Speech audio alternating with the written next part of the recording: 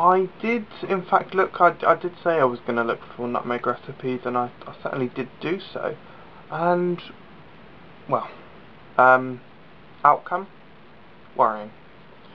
It was upsetting and shocking, frankly, that I found so few recipes.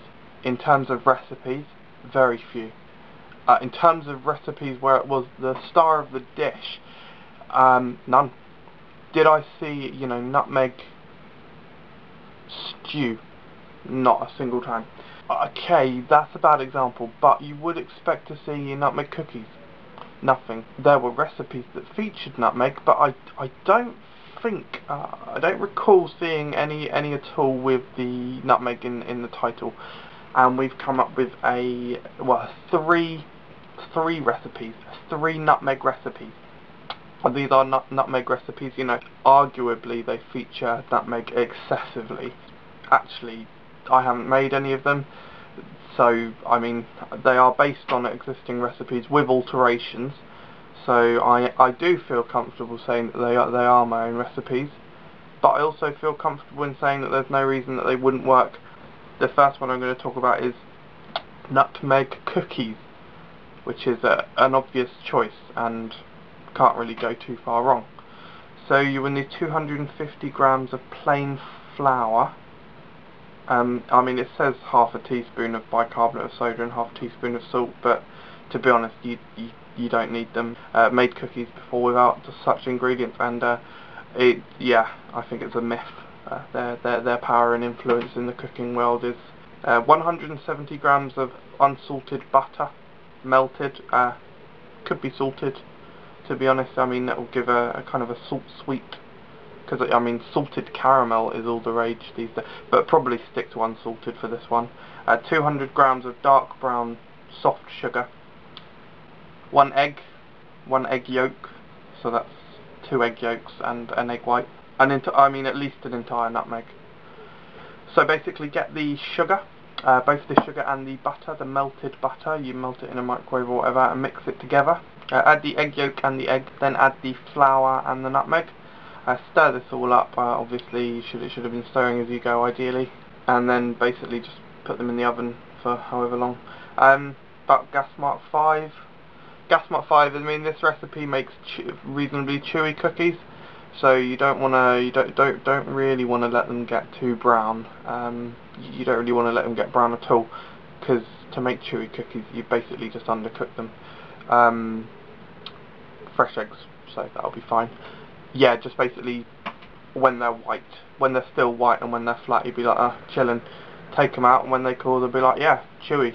Nice nutmeg cookies there, chewy. I mean, you could make them brown, and that may even suit the nutmeg better. Who knows? Because I haven't made them. The second recipe is probably a more outlandish and interesting recipe.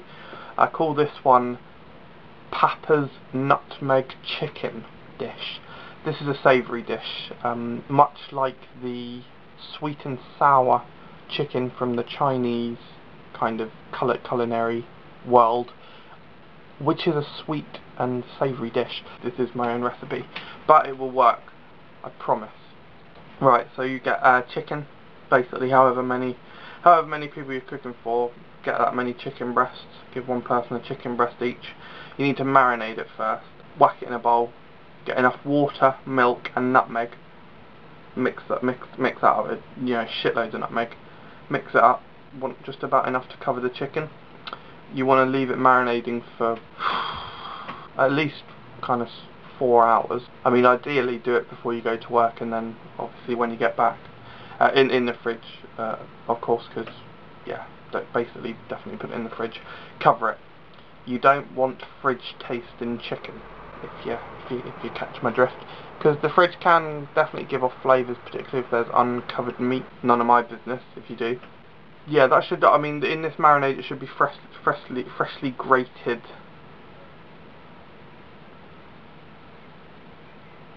It should be freshly grated nutmeg.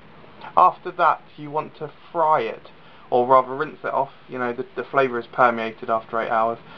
Fry it. You just want to fry it. Make sure it's all whitened or browned and around the outside in terms of you don't want to see any pink. Ideally do it in a large dish because we're going to be adding more liquid to it.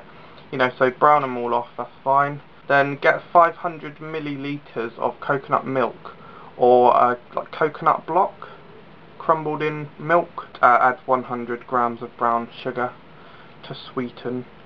2 teaspoons of cinnamon, so more spice. And this is kind of up for thing, but I think 2 tablespoons of nutmeg, 2 tablespoons of ground nutmeg from the pot for textural based purposes. Mix that in, simmer. Let it simmer until basically just the chicken's cooked. If it gets too reduced and thick, add 200 or so millilitres of full fat milk, mix. And then just before it's finished, cut up some spinach, and don't put full spinach in there or baby spinach, just because basically you don't want a whole hunk of big leaf of spinach like in your dish. Spinach doesn't really cook, it wilts. So yeah, it'll basically just, I mean, a large handful kind of thing, kind of like hand grab, yeah, like cut that up, boom, in there. Serve with rice and a pita bread. You know, this is a good recipe, you should definitely do that one. The last recipe is incredibly quick and simple, and you should definitely do this one if you're going to do one and you're worried about time frame. Easy step nutmeg cheesecake. So you want to get the old Philadelphia, or you know, kind of soft cheese. Doesn't necessarily have to be Philadelphia, I wouldn't say. They're all very similar.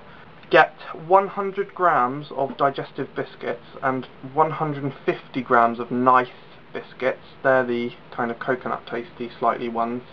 They're not very strong on coconut, I wouldn't worry too much. Bash them down. Bash down the biscuits, add 100 grams of butter which has been melted. Before the butter, add nutmeg freshly grated, huge amount really.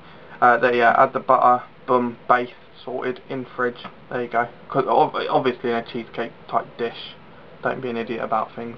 600 grams of Philadelphia or soft cheese, 100 grams of icing sugar, 280 millilitres of double cream, and you know, probably at least a tablespoon or 2 of ground nutmeg again. Mix, boom, in. You could probably sprinkle some on top. Maybe get some caramelized stuff to put on top. Let it refrigerate kind of for a couple of hours, and then that'll be nice and firm. You know, quick and easy nutmeg recipe. That's so quick. You should honestly probably do that. I would try it. I'm not suggesting that you should. I'm not suggesting that you do it, and I'm not willing to do it. I am absolutely willing to do it, and I certainly shall at some point within the near future. So that is my nutmeg recipes. Well done for watching. Well done to you. Thank you for you watching me. Thank you, and goodbye. 1 tablespoon of vanilla extract, which is reasonably. Actually, no, I'm going to delete that. I'm not even going to put that in the video. I'll put it at the end.